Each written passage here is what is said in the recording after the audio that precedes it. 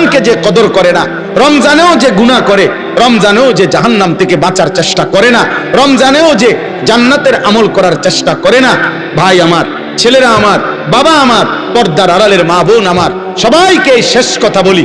আল্লাহ রসুল বলছে, জিব্রাইল আয়েশা রমজানের শেষ দিন নবীজিকে আয়েশা বলে গেছে, ইয়া রাসূলুল্লাহ, এত বড় রমজান পেল, ইফতার, সাহারি, তারাবি, এতেকাফ, শবে কদর, প্রতি ঘন্টা মিনিটে এত মাফ নেওয়ার সুযোগ থাকার পরেও যেই নাফরমান জাহান্নাম থেকে বাঁচার চেষ্টা করে নাই, গুনাহ থেকে আল্লাহর কাছে মাফ নেয় নাই, জান্নাতের জরুর আশা পূর্ণ করতে পারে নাই, আমল করতে পারে নাই, খোদার কসম নবীজি বলছে, জিব্রাইল আয়েশা বলছে, ইয়া রাসূলুল্লাহ, এমন নাফরমানের উপরে আল্লাহর লানত, আল্লাহর লানত, লানত, লানত। নবী বলছে আমিন, আমিন, মানে নবী বলছে, হ জিব্রাইল, আমিও বললাম আল্লাহ এমন লানত আপনি কবুল করেন এই নাফরমান উম্মতের উপরে, আমি নবীরও লানত, যা তোর উপরে খোদার লানত পড়ুক, যা। এত বড় রমজান তুই এখনো বেরিয়ে খাস, এত বড় রমজান নাফরমান তুই আজও ওজনে কমে, তোর কিস্তি শেষ হয় না, সুদে শেষ হয় না, তোর নর্তকী দেখাই শেষ হয় না, তোর উলঙ্গ ছবি দেখাই শেষ হয় না, তোর জিনা ব্যভিচারে শেষ হয় না। তুই বেটি গত 11টা মাস বাজারে বাজারে ঘুরলা, এখনো রমজান, রমজান আজও তোমার জুতা কিনা, থ্রি পিস কিনা শেষ হয় না, যা। গুনাহ থেকে বাঁচতে যেহেতু পারলাই না, জাহান্নাম থেকে বাঁচার চেষ্টা করলাই না, তো জিব্রাইল বলছে আল্লাহ তার উপরে লানত দিছে, জিব্রাইলও লানত দিছে, নবী বলছে আমিন, আমিও দিলাম, যা তোর উপরে খোদার গজব পড়ুক। এরপরে এই নাফরমানকে বাঁচাবে কি? হ্যাঁ বলেন? অতএব বাবা তামসা করো, কোনো অসুবিধা নেই, আমাদের সামনে মাহে রমজান, আমাদের সামনে মাহে রমজান। আল্লাহ তাআলা বলছে, ইয়া আইয়ুহাল্লাযীনা আমানু, হে ঈমানদারগণ, তোমরা আমার, পৃথিবীর আর কেউ শুনুক আর না শুনুক, মুমিন তুমি বলতেছো তুমি মুমিন, তুমি বলছো তুমি মুসলমান, তোমার মুখ দিয়ে তো তুমি লা ইলাহা ইল্লাল্লাহ বলতেছো, তোমার মুখ দিয়ে তুমি মুহাম্মাদুর রাসূলুল্লাহ বলছো। অতএব আমি তোমার কাছে চাচ্ছি, কুতিবা আলাইকুমুস সিয়াম, তোমাদের জন্য আমি রোজাকে ফরজ করলাম, কামা কুতিবা আলাল্লাযীনা মিন ক্বাবলিকুম, তোমাদের পূর্ববর্তী ঈমানদারদের উপরেও আমি রোজা ফরজ করেছিলাম। কেন? লাআল্লাকুম তাত্তাকুন। আল্লাহ বলছে, গত 11 মাসে আমি চেয়েছি তোমাকে মুত্তাকি বানাইতে, আমি 11 মাস ধরে বলছি ইত্তাকুল্লাহ, ইত্তাকুল্লাহ, ইত্তাকুল্লাহ, আল্লাহকে ভয় করো, আল্লাহকে ভয় করো, আল্লাহকে ভয় করো, আল্লাহকে ভয় করো, কিন্তু কোনো পাত্তা দিলা না বান্দা, কোনো পাত্তা দিলা না। ঠিক আছে বান্দা, যাও, আমি আল্লাহ আবারও দয়া করে সব বাদ দিলাম, 11 মাস বাদ, যাও, একটা মাস মাত্র এবার, আইয়ামাম মাদুদাত, 30টা দিন, গোনা গোনা 30 দিন, 31 দিন হবে না, 32 দিন লাগবে না, 30 দিন, 30 দিন, কথা কথাই, প্রয়োজনে একদিন কমায় এলামু, 29 দিন, হয় 29 নয় সর্বোচ্চ 30, 30টা দিন তুমি রমজান পালন করবা, একটা গুনাহ করবা না, চুরি, ডাকাতি, জিনা, ব্যভিচার, মদ, জুয়া, অশ্লীলতা, বেহায়াপনা, অসভ্যতা, নোংরামি, বেপরদিগি, উলঙ্গতা, অসভ্যতা, হারাম উপার্জন করবা না, আর জিকির করবা, তিলাওয়াত করবা, রোজা রাখবা, ইফতার করবা, সাহারি খাবা, তারাবি পড়বা, শেষ দশকে এতেকাফ করবা, শবে কদর তালাশ করবা, প্রতিদিন কাঁদবা, দোয়া করবা, মুনাজাত করবা, একটা মাস গুনে গুনে আমার ইবাদত আমলে কাটাইবা, গুনাহ থেকে বেঁচে থাকবা। আল্লাহ বলেন, আমি 30 দিনেই তোমারে মুত্তাকি বানাইয়া জান্নাতি বানায়া দেব, লাআল্লাকুম তাত্তাকুন।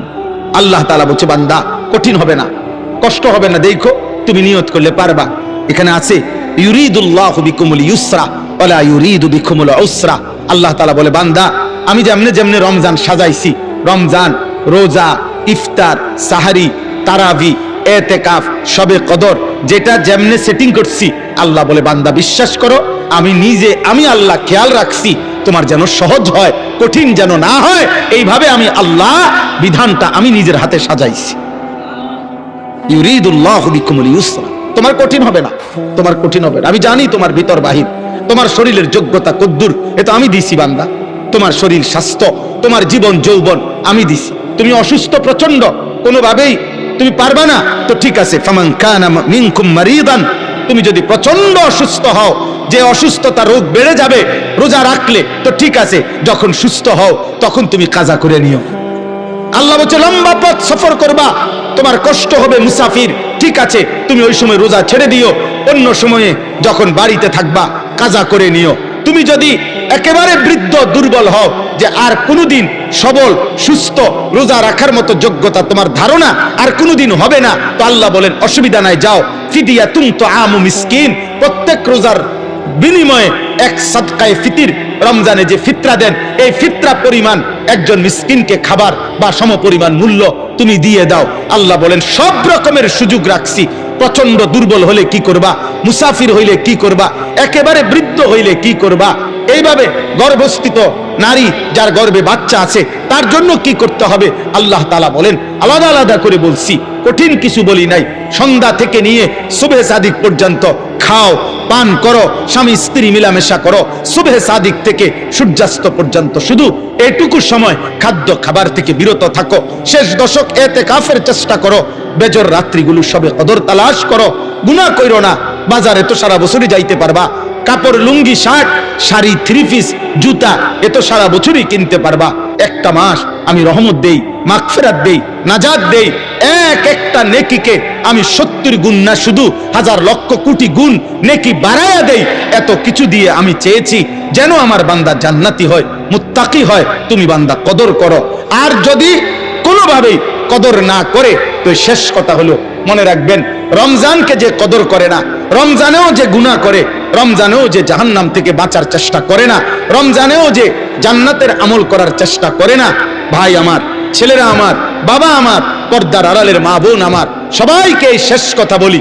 আল্লাহ রসুল বলছে, জিব্রাইল আইসা রমজানের শেষ দিন নবীজিকে আইসা বলে গেছে, ইয়া রাসূলুল্লাহ, এত বড় রমজান পেল, ইফতার, সাহারি, তারাবি, এতেকাফ, শবে কদর, প্রতি ঘন্টা মিনিটে এত মাফ নেওয়ার সুযোগ থাকার পরেও যেই নাফরমান জাহান্নাম থেকে বাঁচার চেষ্টা করে নাই, গুনাহ থেকে আল্লাহর কাছে মাফ নেয় নাই, জান্নাতের জরুর আশা পূর্ণ করতে পারে নাই, আমল করতে পারে নাই, খোদার কসম নবীজি বলছে, জিব্রাইল আইসা বলছে, ইয়া রাসূলুল্লাহ, এমন নাফরমানের উপরে আল্লাহর লানত, আল্লাহর লানত, লানত, লানত। নবী বলছে আমিন, আমিন, মানে নবী বলছে হ জিব্রাইল, আমিও বললাম আল্লাহ এমন লানত আপনি কবুল করেন এই নাফরমান উম্মতের উপরে, আমি নবীরও লানত, যা তোর রূপে খোদার লানত পড়ুক,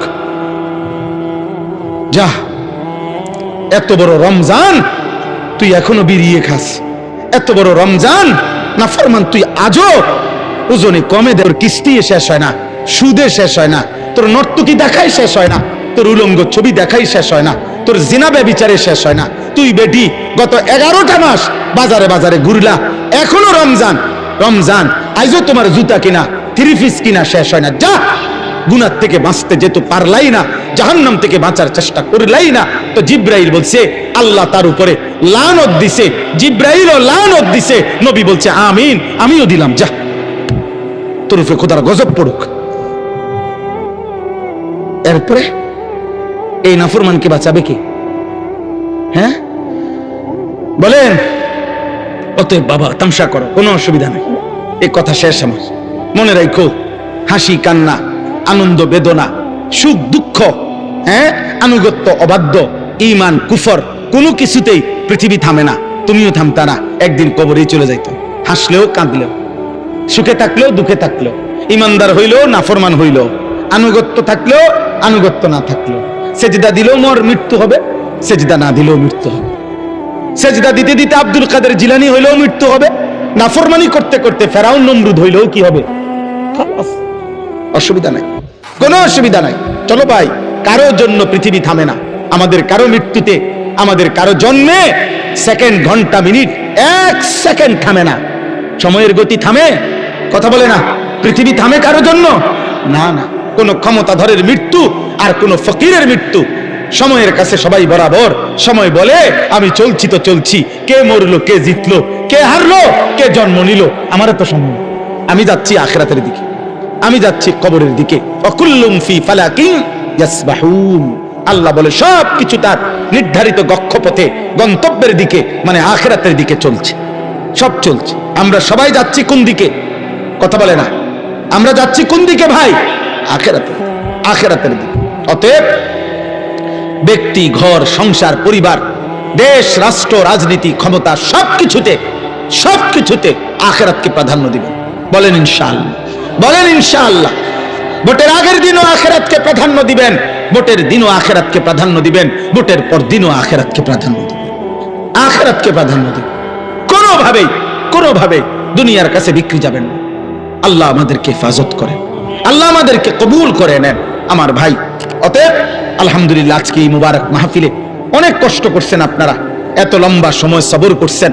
আলহামদুলিল্লাহ, আল্লাহ তাআলা এই ফুলগড় বারেশ্বর মাদ্রাসা আল্লাহ কবুল করে নেন। আজকে যেই ছেলেরা হাফেজে কোরআন হয়েছে, আল্লাহ তাদেরকে কবুল করে নেন। যাদের সহযোগিতা করেছে, তাদেরকে হাদিয়া দিয়েছে বিভিন্ন রকমের, মাশাআল্লাহ, আল্লাহ তাআলা তাদের সবাইকে কবুল আর মঞ্জুর করে নেন। আমার একটা ছোট্ট পরামর্শ আছে, সেই পরামর্শটা হলো, না মানলেও সমস্যা নাই, বাকি আমি আমার পরামর্শ হলো, ওই যেই প্রবাসী কল্যাণ সংস্থার নাম বলছেন কি জানি, বারেশ্বর প্রবাসী কল্যাণ, বারেশ্বর প্রবাসী কল্যাণ সংস্থার কাছে আপনাদের কাছে আমার পরামর্শ হলো, আমার আন্তরিক প্রশংসা হলো, প্রতি বছর যে হাফেজে কোরআন হবে তাকে একটা সাইকেল পুরস্কার দেওয়া হবে। সাইকেল পুরস্কারের সাথে কোরআনের হাফেজের কি সম্পর্ক আমি এটা বুঝলাম না, আমার এটা মাথার ধরল না। সাইকেলের সাথে কোরআন হেফজের সাথে সম্পর্ক কি হইল? এতে করে সে কি করবে, মানে হাফেজে কোরআন সাইকেল দিয়া আলাদা কি লাভবান হবে, এটা আমার মাথায় ধরল না। হ্যাঁ, এটা আমি বুঝলাম না। এই জন্য আমার পরামর্শ হলো, কোন হক্কানি মুত্তাকি আলেমে দ্বীন থেকে পরামর্শ নিয়ে আপনি জেনে নেবেন যে কোন তালেবে ইলমকে, কোন মাদ্রাসার ছাত্রকে, কোন হাফেজে কোরআনকে কি পুরস্কার দিলে তার উত্তম হবে, তার সারা জীবনের ইলম অর্জনের জন্য কাজে লাগবে, পড়ালেখার জন্য কাজে লাগবে। এখন এইটা দিয়ে যদি সে কালকার থেকে গোটা 1 মাস সরকির মতো সারাটা মুরাদনগর ঘুরে, তাইলে প্রবাসী কল্যাণ সংস্থার নেকি কি হবে আমি বুঝি না। এই জন্য আমি এটা ফিরাইয়া নিতে বলি না। আমি এবার তো দিছেন আলহামদুলিল্লাহ, কিন্তু উনি বলছেন প্রতি বছরই একটা সাইকেল দিব না। পৃথিবী যদি সবাই আপনার যেই সম্ভাবনা দেখা দিছে বাংলাদেশে, যেই প্রতিশ্রুতি এইবার নির্বাচনকে সামনে রেখে, আমি তো ধারণা করতেছি 13 তারিখ যেই জিতক 12 তারিখ প্রত্যেকের হেলিকপ্টার দিব। বুঝেন নাই কথাটা? তাইলে তখন তার সাইকেল কাজে লাগতো না। এই জন্য তালেবে ইলম এটা নিরুৎসাহিত করছি না, আপনারা পুরস্কার দিবেন, হাদিয়া দিবেন, কিন্তু আলেমে দ্বীন থেকে মশওয়ারা করে দিবেন, অর্থাৎ যেন ওই বাচ্চার আজীবন তার ইলমের কাজে লাগে, পড়ালেখার। এমন সুন্দর কোরআনুল কারীমের 2 সেট 10 সেট তাফসীর হইতে পারে, যেটা তার দাওরায়ে হাদিস একবারে শেষ পর্যন্ত আজীবন তার পড়ালেখার কাজে লাগবে। রাসূলুল্লাহ সাল্লাল্লাহু আলাইহি সাল্লামের হাদিসের অনেক কিতাব, তাকে 30,000 টাকার কিতাব দেন, তারে 20,000 টাকার কিতাব কিনে দেন, যেটা সে আজীবন কি করবে, পড়ালেখা করবে। হ্যাঁ, আমার ছেলে হাফেজ হইয়া পুরস্কার পাইছে তাফসীরে তাওজিহুল কোরআন। তো আমি একদিন আমার বাসার এই তাফসীর আমারও আছে, তা আমি আমার একটা খণ্ড পাচ্ছিলাম না, খুঁজেই পাচ্ছি না। 2-3 খণ্ড, আমার একটা খণ্ড আমি পাই না, ওই খণ্ডটাই তখন আমার দরকার। আমার ছেলে আমারে দৌড়াইয়া এসে বলছে, আব্বু আমি যে পুরস্কার পাইছি এইটাই তো তাফসীর, তাহলে আমি এটা খুলে দেই আমারটা। তাহলে তার প্যাকেটিং করা ছিল, ওইখান থেকে খুইলা আমার এটা দিছে, আব্বু এটা। তাহলে আমি তখন পড়লাম, আমার অনেক কিতাব আমার সন্তান পড়ে, আমার সন্তানের কিতাবও আমি ওরা আমার উপকার হয়েছে। কথা বুঝছেন না? এই জন্য আগামী দিনে আপনাদের কাছে অনুরোধ রইল, সাইকেল না, বরং তার ইলমের সাথে কোরআন সুন্নাহর ইলম শিখবে এমন কিছু, যার দ্বারা এরকম কিছু হাদিয়া দিলে সেটা বেশি পরিমাণে হোক, ইনশাআল্লাহ এতে বরকত হবে। আপনারাও সাদকায়ে জারিয়ার সওয়াব পাইতে থাকবেন। কিতাব অল্প দিনে কি হয়ে যায় না, নষ্ট হয়ে যায় না, প্রজন্মের পর প্রজন্ম কিতাব পড়ে। অনেক যারা সম্ভ্রান্ত ফ্যামিলি এমন আছে, যাদের পারিবারিক পাঠশালায়, আরে পারিবারিক কুতুবখানায়, লাইব্রেরিতে 100 বছর আগের দাদা পূর্বপুরুষের কিতাব বই কি আছে সাজানো আছে। তাইলে বোঝা গেল যে এটা ফায়দা আসবে, এটা দীর্ঘমেয়াদী হবে। আল্লাহ তাআলা আপনাদেরকে তৌফিক দেন। এই মাদ্রাসার সাথে যার যত সম্পৃক্ততা আছে আল্লাহ কবুল করেন। আল্লাহ আজকের এই মেহমান উপস্থিতি সবাইকে কবুল করেন। বিশেষ করে আমার প্রিয় বন্ধু মাওলানা সিরাজুল ইসলাম ভাইকেও আল্লাহ তাআলা ভরপুর কবুল করেন। ছোটবেলার আমরা ছাত্র জীবনের দোস্ত ছিল, আজ অনেক দিন পরে দেখা হয়েছে। আল্লাহ তাআলা তাকে সুস্থতার সাথে, আফিয়তের সাথে মানুষের কল্যাণে খেদমত করার তৌফিক দান করেন, আমিন। পবিত্র কোরআনুল কারীমের 2 নম্বর পারা, 2 নম্বর সূরা, সূরাটির নাম সূরায়ে বাকারা। এই সূরার 183 নম্বর আয়াত আমি তেলাওয়াত করেছি। এই ছেলে, তোমার কি সমস্যা বাবা? আর এদিকে ফিরো, তুমি ওইদিকে ফিরে বসো। 183 নম্বর আয়াত সূরা বাকারার। এই আয়াতটি আমি তেলাওয়াত করেছি মাহে রমজানকে সামনে রেখে। পবিত্র কোরআনুল কারীমের সূরা বাকারার এখানে 5টা আয়াত, 183 থেকে 187, 183, 84, 85, 86, 87, এই মোট 5টি আয়াতে রমজান, রোজা এবং রমজানের সাথে প্রাসঙ্গিক শরীয়তের বিধিবিধান, আল্লাহর বিধিবিধান আল্লাহ তাআলা বিস্তারিত এখানে উল্লেখ করেছেন। আমাদের প্রিয় নবী সাল্লাল্লাহু আলাইহি ওয়াসাল্লামের একটা মোবারক কথা বলো না আব্বা, কথা বলো না। ছেলেরা তোমরা একজন আরেকজনকে বুঝায় বলো, ভাই কথা বলতে দিও না। যে কোনো ভাবে কথা থামে না তারা বাইর করে দাও, বাইরে ছেড়ে দিয়ে আসো, ধরে আলগি দিয়ে 4 জনে ধরে। আমি ব্যক্তিগতভাবে কোনো প্রার্থী না, আমার কোনো ভোটে কোনো আমি প্রার্থী না, অতএব আমি আগের থেকেই ব্যাপক জনসমর্থন কখনোই প্রত্যাশা করি না। কারণ আমি তো আর ভোটে দাঁড়াইছি না, কাজে আমি এত অনেক জনসমর্থন আমার দরকার এমন কিছু না। আমি একটা দিল থেকে সবসময় ভাবি আল্লাহর কথা একজনকে বললেও নেকি হয়, তার আমার নেকি দরকার, তো সেটা অল্প মানুষকে বললেও সমস্যা কি। কিন্তু গাফিল মানুষ, ফালতু মানুষ, অমনোযোগী মানুষকে 1000 বছর বললেও লাভ হয়। যেই কলস উল্টানো, যেই জগ উল্টানো, উল্টানো কলসিতে 1 সাগর পানি ঢাললেও এটা কোনোদিন পুড়বে না, কারণ এটা তো কলসটা কি উল্টা। নবী সাল্লাল্লাহু আলাইহি ওয়াসাল্লাম এটা হাদিসে বলছেন, কিছু মানুষের অন্তর উল্টান কলসির মতো, কালকুজে মিরবাদান, উল্টানো কলসির মতো। নবীজি সাল্লাল্লাহু আলাইহি সাল্লাম বলছেন, মানে কলস উল্টান, দিলটাও উল্টান। এবং নবীজি বলছেন শুধু উল্টানো কলস না, বরং কলসির উল্টা পিঠে আল কাতরা দিয়া মাইখা দিছে, যাতে করে 1 ফোঁটা পানিও না জমে, পিছলা হয়। তো নবীজি সাল্লাল্লাহু আলাইহি সাল্লাম বলেছেন, কিছু নাফরমানের অন্তর আল্লাহর অবাধ্যতা করতে করতে তার দিল উল্টে যায়। ফলে একটা সময় হয় এমন, লা ইয়ারিফু মারুফান ওয়ালা ইউনকিরু মুনকার, তখন আর কখনোই পরবর্তীতে আল্লাহর গজব যখন হয়, তখন আর কখনোই তার ওই উল্টা অন্তরে কোনো নেক কাজকে নেক কাজ মনে হয় না, কোনো গুনার কাজকে গুনাই মনে হয়। এটা মানুষের জীবনের সবচেয়ে বড় দুর্ভাগ্য। কারণ এটুকু অনুভূতি যদি কারো চলে যায়, তো তার জীবনে আর কিছু থাকে না। কম বেশি ভুল, পাপ, দোষ, ত্রুটি আমাদের সবার আছে, হুজুরেরও, পাবলিকেরও, ফির সাহেবেরও, মুরিদ সাহেবেরও। কিন্তু বিষয়টা হলো অনুভূতি থাকা, নিজের বিবেক বোধ কাজ করে, আত্ম অনুভূতি আছে যে না, কাজটা আমি ঠিক করিনি, এটা উচিত হলো না, এটা আমার জন্য আল্লাহ তাআলার নিষেধ, এটা আমার জন্য আদেশ। এই যে এই বিবেক বোধ, পার্থক্য শক্তি, এটা যদি কমপক্ষে থাকে তো নিয়ামত, ধীরে ধীরে লোকটা বদলায়। কিন্তু 30 বছর 40 বছর ধরে প্রতিদিন এক তালে মিথ্যা কথা বলতেছে, এটা কোন ধরনের পাপ? দেন,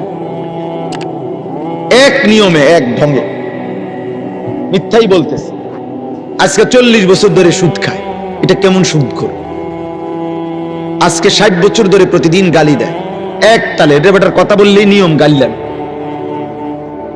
এক হাতে সিগারেট খাইতেছে, মুখে অকথ্য গালিগালাজ করতেছে, সামনে রঙিন টেলিভিশনে নাচ গান চলতেছে, মানে এটা যে গুনাহ, বছরের পর বছর তার বিবেকের মধ্যে এতটুকু অনুভূতিও নেই।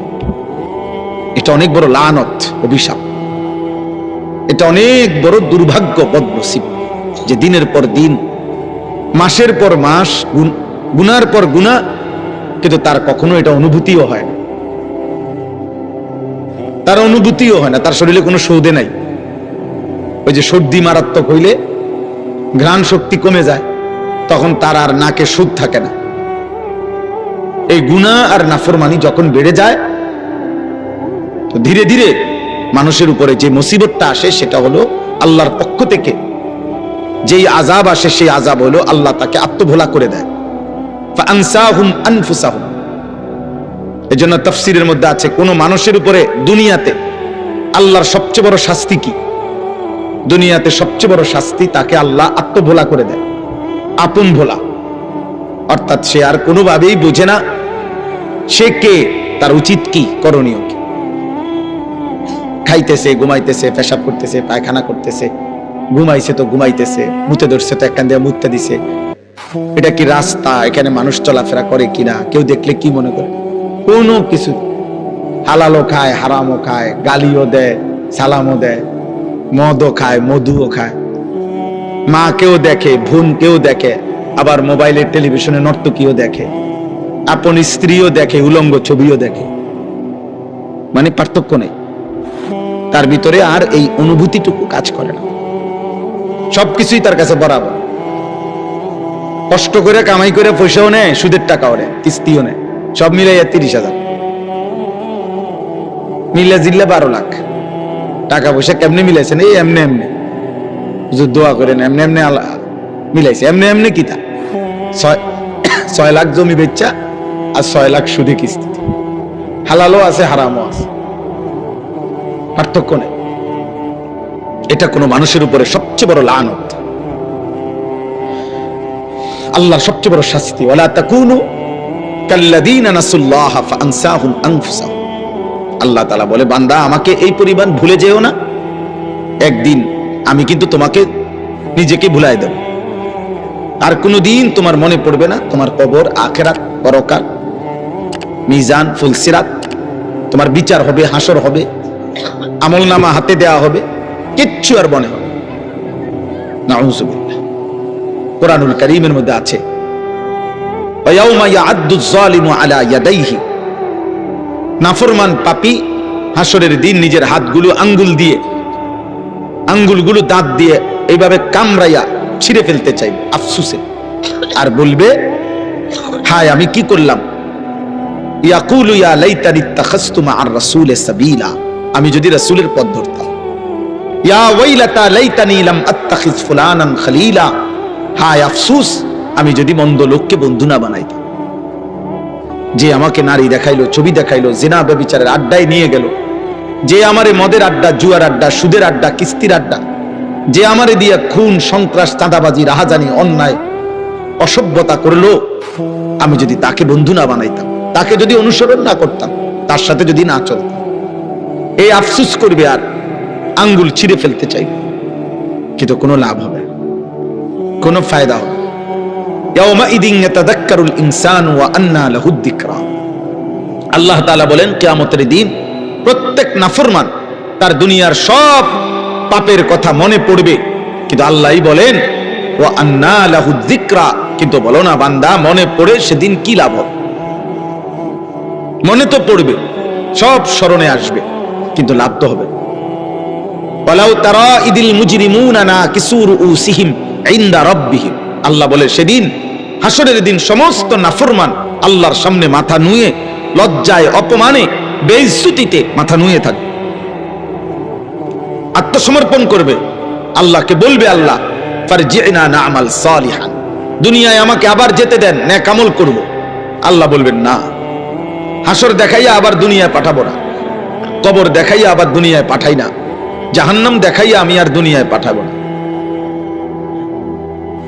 এই জন্য ভাই, এই প্রথম কথা, এটা সব সময় আমি প্রতিদিন এটা বলি, আমার জীবনের সবচেয়ে বড় কথা হলো এটা, যে দিল যেন মরে না যায়। এর চাইতে বড় দুর্ভাগ্য আর কিছু নেই, যে আর কোনোদিন তার চোখে আলো পড়ে না, আর কোনোদিন সে অন্ধকারকে অন্ধকার মনে করে না। প্রতিদিন বেনামাজি, কোনো তার চুল, চেহারা, লেবাস, তার হাঁটা চলা দেখলে মনে হয় না যে সে যে এক ওয়াক্ত নামাজ পড়ে না, এটা যে একটা পাপ বা এটা যে একটা অপরাধ, এই অনুভূতিটুকু, এই লজ্জা শরমটাও নাই। গালি দিয়া হাসে, বিড়ি খাইতে খাইতে হাসে, হারাম খাইতে খাইতে হাসতেছে, মানে স্বাভাবিক, কোনো এটা যে কোনো অপরাধ এইটাই তার মনে হয়।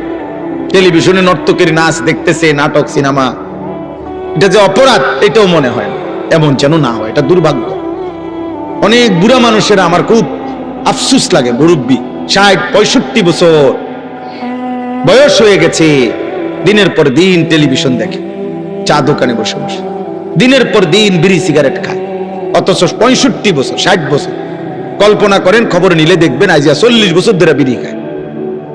কারণ উনি তো আজিয়া 60 বছর বয়সে, আজকে 2 বছর 6 মাস হয় বিড়ি ধরছে না, উনি ধরছে মনে হয় 40 বছর আগে। 60 বছর বয়সেও যে রঙিন টেলিভিশনে নাচ গান দেখে, এই বদভ্যাস উনার আজকে মনে হয় 40 বছরের। কথায় কথায় যিনি গালি দেয়, আপনি খবর নিলে দেখবেন এই বদভ্যাস উনারা যে 30 বছর। আহা, 30 বছরও কেউ আপনাকে মনে করে নাই এটা গুনাহ? 30 বছরেও ভাবেন নাই? এই জন্য এটা মনে রাখতে হবে। এটা হলো শুরুর কথা। অমনোযোগী মানুষ, গাফেল মানুষ, খামখেয়ালি হুজুররা হুজুরদের কথা বলে। আমার এগুলার দরকার কি? আমার বাবুরে জান চলে না, কোন রকম সংসারটা চালাইতেই জান শেষ, হুজুরের এত কথা ধইরা ফার্মুনি। উনি মস্কারি করে, ফাইজলামি করে। হ্যাঁ, হুজুররা আমনে আখিরাতের কথা বলে, আর আমনে ইয়ার কি মারেন? হ্যাঁ, চা দোকানে বসে বসে গপ মারে। ও কয় তো হুজুররা তো কয়, ভালো লাগিয়ে কয়, বুঝি তো আমরা লাগিয়ে তো কয়, পারি না। ও শেষ, এই কথা বললে আপনারে ফেরেশতা ছেড়ে দিব, ঠিক না? মানে মস্কারি করে আর কি, ইয়ার কি করে। উনি মনে করছে তামাশা করছে। আখিরাত তামাশা না, আখিরাত খামখেয়ালি না। দুনিয়া তামাশা, দুনিয়া খেলাধুলা, দুনিয়া ফালতু জিনিস, দুনিয়া একদম ফালতু, দুনিয়া বেহুদা। নবীজি সাল্লাল্লাহু আলাইহি সাল্লাম বলেন, একটা কান কাটা মরা ছাগলের সমপরিমাণ মূল্য আল্লাহর কাছে দুনিয়ার নাই। বিশুদ্ধ হাদিস। নবীজি সাল্লাল্লাহু আলাইহি সাল্লাম বলছেন, একটা মাছির ডানা পরিমাণ মূল্য আল্লাহর কাছে দুনিয়ার নাই। লাউ কানাতিদ দুনিয়া তাআদিলু ইনদাল্লাহ মিসলা জানাহি বাউদা মা সাকা কাফিরাম মিনহা শারবাতাম মিন মাইন। নবীজি সাল্লাল্লাহু আলাইহি সাল্লাম বলেন, আদ-দুনিয়া মালউনা ওয়া মালউনুন মা ফিহা। নবীজি বলছে দুনিয়া পুরাটা অভিশপ্ত, মালউন, লানতের যোগ্য, এবং দুনিয়ার যা আছে সব অভিশপ্ত। আল্লাহর নবী সাল্লাল্লাহু আলাইহি সাল্লাম বলেন, আল্লাহ তাআলা কোরআনুল কারীমে বলছে, আরাদিতুম বিল হায়াতিদ দুনিয়া মিনাল আখিরা ফামা মাতাউল হায়াতিদ দুনিয়া ইল্লা কালিল। বান্দা, তোমরা বুঝি আখিরাতকে বাদ দিয়ে দুনিয়া পেয়ে খুশি হয়ে গেলা? শুনো, আখিরাতের তুলনায় দুনিয়া সামান্য, সামান্য। আল্লাহ তাআলা বলছে, ওমাল হায়াতুদ দুনিয়া ইল্লা মাতাউল গুরুর। দুনিয়ার জীবন আর কিছু নয়, শুধুই ধোঁকা। গুরুর মানে ধোঁকা। আল্লাহ বলছে, যিনি বানাইছেন তিনি। কোম্পানি বলতেছে এটা 2 নম্বর, কোম্পানি নিজে বলতেছে এটা 2 নম্বর। আপনি কৃত্রিম এরকম কারমাকারি করেন। কোম্পানি বলতেছে এটা ভালো না, টেকসই না, বেশি দিন টিকবে না। যিনি সৃষ্টি করেছেন তিনি বলতেছেন, দুনিয়া সৃষ্টি করেছেন কে? তো তিনি বলছেন এটা টিকবে না। অতএব আমরা যারা প্রত্যেকেই একজনই বুঝেন, একজন, তো আমি একজনকেই বললাম, আমরা মুসলমান। আমাদের জীবনের সব আয়োজন আখিরাতকে সামনে রেখে, আমার হাসি, আমার কান্না, আমার আবেগ, আমার অনুভূতি, আমার রাত, আমার দিন, আমার সকাল, আমার দুপুর, আমার ব্যক্তি জীবন, আমার ঘর, আমার সংসার, আমার জীবন, আমার যৌবন, আমার আয়, আমার উপার্জন, আমার বাজার, আমার ব্যবসা, আমার রোজগার, আমার কামাই, আমার দেশ, আমার রাষ্ট্র, আমার রাজনীতি, আমার ক্ষমতা, আমার সব কিছু আখিরাতের জন্য। কিসের জন্য? আখিরাতের জন্য। আখিরাতের জন্য। রাষ্ট্রের সেবায় কিছু করব, তাও আখিরাতের জন্য। ঘরের বিবি বাচ্চার সেবায় কিছু করব, তাও আখিরাতের জন্য। আখিরাতের জন্য। এক মুসলমানের জন্য কেউ না মানুক, গোটা পৃথিবী যত চাকচিক্যই দেখাক, সত্যিকার মুমিনের কাছে আখিরাতই আসল। ওয়ালাদ দারুল আখিরাতু খায়রুল লিল্লাযিনা ইয়াত্তাকুন। আল্লাহ তাআলা বলেন, আখিরাতের ঘর সমস্ত মুত্তাকি, আল্লাহকে যারা ভয় করে তাদের জন্য আখিরাতের ঘর জান্নাতি, খায়রুন, উত্তম। ওয়া ইন্নাদ দারাল আখিরাতা লাহিয়াল হায়াওয়ান। আল্লাহ বলে, আখিরাতের ঘর জান্নাতি হচ্ছে প্রকৃত অর্থে জীবন, বেঁচে থাকার সার্থকতা, লাইফ, জীবন, হায়াত আখিরাত। দুনিয়া কোনো বেঁচে থাকার সার্থকতাই নাই। 1 কোটি টাকার দামের গাড়ি হোক, 100 কোটি টাকা দামের বাড়ি হোক, যিনি বানাইছেন তিনি নিশ্চিত জানেন এখান থেকে তাকে একদিন চলে যেতে হবে। তাহলে মৃত্যু যার ঘাড়ের কাছে, অ্যাক্সিডেন্ট যার পাশে পাশে, অসুস্থতা আর দুর্বলতা যার সঙ্গী, তার আবার আনন্দ কি? আনন্দ কি? গাড়ির দাম 1 কোটি টাকা হোক না, অ্যাক্সিডেন্ট তো সঙ্গী। হায়াত যত স্বাস্থ্যবানই হোক না কেন, মৃত্যু তো আমার সঙ্গী। তাহলে মৃত্যু যার সঙ্গী, অ্যাক্সিডেন্ট, দুর্ঘটনা, বিপদ আর মুসিবত, অসুস্থতার দুর্বলতা যার সঙ্গী। ভাই তোমরা একটা ছেলে গিয়ে এই কাছের ছেলেগুলারে আওয়াজটা থামাও না। তোমরা বুঝের কোনো ছেলে যার কথা বললে শুনবে এমন 2জন ছেলে যাও না ভাই। এখানে যে ছেলেগুলো কথা বলতেছে অগরে দূরায় দাও না, সরায় দাও না। আশ্চর্য হারে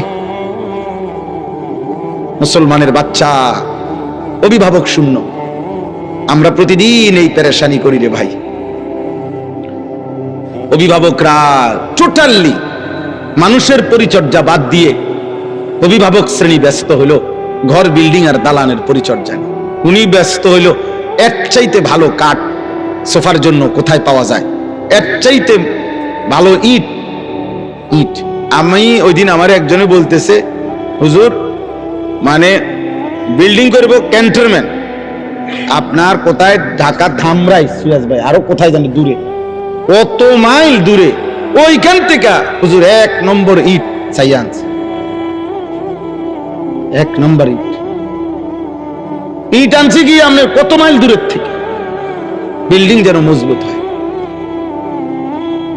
আরে বালু আনছি গিয়া ওই ময়মনসিং থেকে, নিজে সারা রাত ট্রাকের লগে ছিল, যাতে করে বেটা 2 নম্বরে বালু না দেয়। 1 গাড়ি বালু হাতে 2 নম্বর দিলে আর কিটাই দিব। 1 গাড়ি বালু আনছে হুজুর, বিশ্বাস করে নিজে যাও নে একের জাগাত প্রায় 2700 টাকা লাভ হয়েছে। এবার মানে এত খুশি জীবনে, এর চাইতে বড় পাওয়ার কি হইতে পারে যে আমি নিজে সারা রাত ট্রাকের লগে থাকার বরকতে আল্লাহ আমারে 2700 টাকা লাভবান করে দিছে। দুনিয়া ওনারে কেমন লাভ দিয়ে দিছে, সুবহানাল্লাহ। উনি এমন বুঝা বুঝছে ময়মনসিংহের থেকে নিজে গিয়া বালু আনছে। দুনিয়া এভাবে বুঝে, অভিভাবক শ্রেণীর ফিকির এটা। আমার একজনে বলছে, হুজুর পুরাটা বিল্ডিং এর বালু আস্তর করছি, একটা বালু ধন ছাড়া লাগাইনি, সবগুলো বালু আগে ধুইয়া লইছে, এরপরে আপনার শুকাইয়া এরপরে আস্তর করছে, যাতে করে 1 সুতা বালুর ভিতরে সামান্যতম কোনো লবণ কিছু না থাকে, বিল্ডিং যেন মজবুত হয়। ইসরাফিলের আব্বাও যদি ফু দেয় তাতে বিল্ডিং ভাঙবে না, এত পিওর বালু না। বালু তো একদম ধুইয়া লইছে না। তাহলে আমি বললাম যে মাশাআল্লাহ ভাই, আমি এদূর বুঝছি যে আপনি বালু মধ্যে যেন বালু না থাকে এই জন্য ধুইয়া লাইছেন। আপনি মানে সে কয় না যে ধুইছি এই জন্য যাতে বালু না থাকে, আপনি বালুরে কিটা ধুইলেন আমি বুঝলাম না। দুনিয়া এমন বুঝা বুঝছে। আহ মুসলমান, আপন ছেলে বরবাদ, 1 ওয়াক্ত নামাজ নাই, অভিভাবক জানেও না। ছেলেটা সারা দিন সারা রাত মোবাইলে কত নারী দেখে, কত উলঙ্গ ছবি দেখে, বাবা মার খবরও নাই। উনি আছে ময়মনসিংহে বালু আনতেছে। নাইজেরিয়ান 1 নাম্বার লোহা কাঠ দিয়া ঘরের বিল্ডিং এর ফ্রেম দিছে, দরজার চৌকাঠ লাগাইছে, সব কিছু জানে। কোনখানের কাঠ, দরজার চৌকাঠ কাঠ কোনটা 1 নম্বর, পাল্লা কোনটা 1 নম্বর, ইট কোনানে 1 নম্বর, সিমেন্ট কোথায় 1 নম্বর, সব জানে। কিন্তু সন্তান কেমনে মানুষ করে, বাচ্চাটাকে কিভাবে আখিরাত শেখানো যায়, এই ব্যাপারে উনি কিছুই জানেন। এই ব্যাপারে উনার, অথচ 1 মুমিন, 1 ইমানদারের খোদার কসম, মৃত্যুর পূর্ব মুহূর্ত পর্যন্ত, শেষ নিঃশ্বাস পর্যন্ত 1 মুমিনের তার পরিবারের ব্যাপারে আখিরি চেষ্টা হলো আখিরাত। শেষ চেষ্টা হওয়া উচিত আখিরাত। আম কুনতুম শুহাদা ইয হাদারা ইয়াকুব আল মাউত ইয ক্বালা লিবানিহি মা তা'বুদুনা মিন বা'দি। কোরআনুল কারীমের মধ্যে আছে, আল্লাহ তাআলা বলেন ইয়াকুব আলাইহিস সালাম তার 12 জন সন্তান, এই 12 জন সন্তান ইয়াকুব নবীর, ইয়াকুব আলাইহিস সালাম এর 12 জন সন্তান ছিল। ওই যে ইউসুফ বিনিয়ামিন, ওনারা 2 ভাই, আরো 10 ভাই পানিতে কূপে ফেলাইছে, যে 10 ভাই, এ কয়জন হলো? 12 জন। 12 জন সন্তান ইন্তেকালের সময় ইয়াকুব আলাইহিস সালাম উনার চারদিকে বসাইয়া কোরআনে আল্লাহ বলছে, উনি জিজ্ঞেস করছে, মা তা'বুদুনা মিন বাদি, ছেলেরা আমার, মৃত্যুর পূর্বে শেষ তোদের কাছে আমি জানতে চাই, তোমরা আমার পরে কার ইবাদত করবা, কার গোলামি করবা, আমি শুধু এই কথা শুনতে চাই। ক্বালু না'বুদু ইলাহাকা ওয়া ইলাহা আবাইকা ইব্রাহিমা ওয়া ইসমাঈলা ইলাহান ওয়াহিদা। ছেলেরা বলল, আব্বা, যুগ যুগ ধরে আপনি যেই ইলাহের ইবাদত করতেন, আপনার পূর্বপুরুষ ইসহাক, আপনার পূর্বপুরুষ ইব্রাহিম, ওনারা ইসমাইল, ওনারাও যেই রবের ইবাদত করত, আমরাও মৃত্যু পর্যন্ত সেই রবের ইবাদতই করব। তো ইয়াকুব আলাইহিস সালাম বলছে, ঠিক আছে আব্বা, আমি বিদায় নিলাম, আমি নিশ্চিন্ত হলাম, আমার সন্তানের কাছ থেকে আমি শেষবারের মতো আল্লাহর ইবাদতের কথা মনে আছে কিনা এটা জেনে রাখলাম। চিন্তা করে দেখে, হযরত ইব্রাহিম আলাইহিস সালাম, কোরআনুল কারীমের মধ্যে আছে, ইব্রাহিম নবী আল্লাহর কাছে দোয়া করতেন, রব্বি জাআলনি মুকিমাস সালাহ ওয়া মিন যুররিয়্যাতি রব্বানা ওয়া তাকাব্বাল দুআ। কোরআনুল কারীমের মধ্যে সবচেয়ে বেশি দোয়া হলো ইব্রাহিম নবীর দোয়া। অনেক দোয়া আছে, ইব্রাহিম আলাইহিস সালাম দোয়া করছেন, তন মধ্যে এই একটা দোয়া কেবল, এটা একটু ভিন্ন আঙ্গিকের ইব্রাহিম নবী বলছেন। সেটা কি? ইব্রাহিম আলাইহিস সালাম বললেন, এই যে এখন বললাম, উনি বললেন, আল্লাহ, আপনি আমাকে শতভাগ নামাজি বানায় দেন, ওয়া মিন যুররিয়্যাতি, এবং আমার সন্তানদেরকেও, আমার বংশধরকেও আপনি নামাজি বানান। এরপরে বলছে, আল্লাহ, আমার আরো দোয়া আছে, সামনে বলতেছি, তবে রব্বানা ওয়া তাকাব্বাল দুআ, এই দোয়াটা এখনই আলাদাভাবে এখনই কবুল করেন। এটা আমার আলগা দোয়া, এটা স্পেশাল দোয়া, পরেরটি দিবেন না দিবেন পরে, কিন্তু এটা দিতে হইব যে আমাকে নামাজি বানাবেন, আমার সন্তানদেরকে নামাজি বানাবেন। এক পিতার দোয়া এটা, এক পিতার স্বপ্ন, আমার ছেলে নামাজি হবে, আমার মেয়ে পর্দানসীন হবে, আমার স্ত্রী চরিত্রবান হবে, আর কিছু নাও যদি মিলে খোদার কসম কোনো অসুবিধা নেই।